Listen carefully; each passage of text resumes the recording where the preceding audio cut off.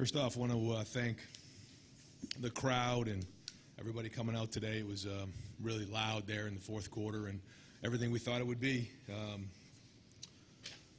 Very disappointed we weren't able to pull out the victory. For everybody who came today, it was a great crowd. I felt like it was a game that we were really never in control of. I felt like they ran the ball. We didn't do a very good job of running the football, and because of that, I think they kind of controlled the game. We moved the ball at times, but didn't convert on fourth downs, and because of that, we were always kind of playing catch up. And so we have to learn from this. We have to grow from this. We still have a lot of football left, and figure out, get on the film and figure out where, the execution issues were and get them fixed. All right, we'll open it up with questions. Front row left, Bill Rabinowitz, Columbus Dispatch. No, go ahead. Yeah, you were right there's fine. Okay. Ryan, defensively, their offense seemed to step ahead of you defensively, your defense, especially on those touchdowns, looked almost identical. What was the issue on defense as best you can tell? I got to figure it out. It looked like they were in some sort of a crack scheme where the guy who's covering the man cracking the linebacker has to replace, and that didn't happen. And I agree with you. It happened too many times, and needs to get fixed. Over here to the right, Nathan Baird, Cleveland.com. Hey, Ryan, any idea yet how severe Josh Proctor is hurt and what the status of Seven Banks is, and just how much those absences are still hurting you guys? So Josh's injury looked not good out in the field. So prayers are with him, and I know it was a tough moment for him to be out there. Obviously praying for the best, but it did not look good when we were on the field. Over to the left, Austin Ward, Letterman Row. Ryan, I know there was at least one point in the first half where you were getting on carry a little bit and seemed unhappy coming out of that timeout with too many men. What did you want fixed? What are you unhappy with if you guys have any issues between you and Kerry right now? No, I just think that, when you're in the heat of the battle, we have to get things addressed and fixed, and, that's just kind of how things go. But, I thought at the end they got two good stops for us on offense, and then we didn't do anything with them. So, the offense has got to do their part in this thing as well. And again, I don't think we established the run, and then when the defense did give the offense the ball back, we didn't do anything with it. And we had two opportunities that we didn't score upon. So, there's enough blame to go around here. Over to the right, Jared Smalley, WCMH. Ryan, just about the offense, it's hard to complain your quarterback throws for the kind of yardage he did today.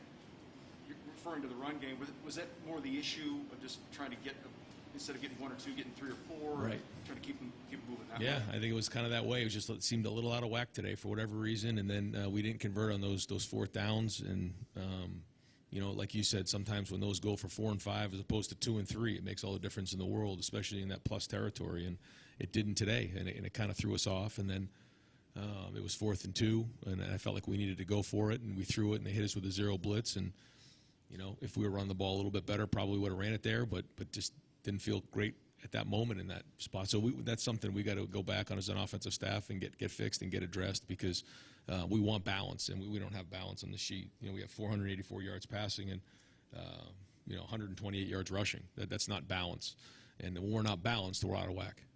Over to the left, Doug Lesmerises, Cleveland.com. Ryan, following up about getting hit on some of those outside plays where it looked like it was similar stuff defensively, is that especially problematic when it feels like there's maybe a flaw in what you guys are doing that they are exploiting repeatedly and that, to our eyes, doesn't appear to be getting fixed? I'm going to go back on the film, and I'll give you an answer here at the beginning of next week and figure out exactly what happened and get the answer for you, because I don't really know, other than the fact that it was it seemed like the same play to me a couple times that they hit us on, and we didn't make adjustments, and so because of that, it was very frustrating. Just to follow up, Kerry Combs was a beloved assistant coach here. He was not a coordinator. He's back as a coordinator now, and it feels like maybe something's not quite right with that. Austin asked you about it. Like, where are you with the scheme of this defense and Kerry Combs as the coordinator?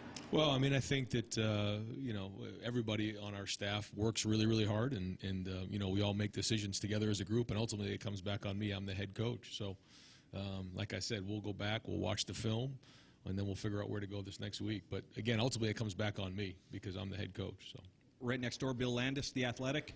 Ryan, you said before when you made the switch of coordinators, you said the defense is your vision for the defense. It's not necessarily the coordinator's vision. Does it need to change? It feels like the last few teams you have played have found ways to manipulate you guys formationally and kind of use what you do against you. I don't know, do you feel like now you need to switch that up? Well, I think anytime you run into that situation, you have to do what you're doing right there, and you ask yourself, is it the personnel, is it the scheme, or is it the coaching? And that's where we got to get back to the film and figure out what exactly that is. And if it's the scheme, we got to get it fixed. If it's the coaching, we got to do it better. If it's the personnel, we got to make some changes. Front row middle, Dan Hope, 11 Warriors. Ryan, this is your first time losing a game in regular season as a head coach. How do you regroup from this? How do you keep the team focused and not allow this to derail the rest of your season? Well, I mean, just go back to work, and you know, I think when you go through adversity, you find out, you know, a lot about your team. You find out a lot about your leadership. And, you know, while this hurts, it feels awful, it's unacceptable, you know, the thing you're going to find out is about your team and who the leaders are and who the guys that are with you. Because in times like this, there's a lot of finger pointing that goes on. You know, when things are going well, it's easy to lead. But when things don't go well, that's when you have to show resolve and resilience. And so that's going to be a lesson for our guys in this game right here, or, you know, coming out of this game. And this is not fatal, but certainly hurts. It's unacceptable, and we got to get it fixed. Second row middle, Patrick Murphy, 24/7 Sports. Ryan, you mentioned those fourth downs. You eventually got a couple of them, but how crucial were the fourth down plays to the result? I thought they were huge. Yeah, I thought they were huge. And, you know, I'll take the blame on that one, you know, fourth down. They came with a zero blitz the first time. And, you know, they came with it the second time. We were ready. We scored on it. But the first time they got us and didn't put CJ in a great situation there. But, you know, but that other one there on the run, you know, we'll have to look and see exactly what happened there. But anytime you don't convert on those fourth downs, it hurts. You know, it's I guess we could have gone for 3, but I felt like it was a back-and-forth game, and we needed the touchdown. So got to go back to work and do a better job executing. Right behind him, Tony Girdman, Buckeye Scoop. Ryan, your defense has faced two very different offenses. You mentioned your offense needs to be able to hang its hat on something. What does your defense hang its hat on? Can it hang its hat on anything? No, I think so. I mean, you know, I think that, you know, we're still very, very talented, and we still did a lot of good things. We got some good stops, but like you said, it wasn't good enough. I think, you know, in terms of, you know, eliminating explosive plays, that's what we want to do with this style of defense. And, you know, obviously the big run was big, and there was a couple other ones that popped out that, you know, if that's happening, we're not at our best, and we don't have an identity if that's happening. Because, you know, we want to have a 4-down front. We want to get after the quarterback, stop the run, and then certainly have that safety in the middle of the field to you know, avoid big plays. But if that's not happening, then we're not executing the defense properly. We got time for just a couple more over here to the right. Clay Hall, WSYX. Might be beating a dead horse here. What was the most glaring thing on defense? Was it no pressure on the quarterback, can't set the edge?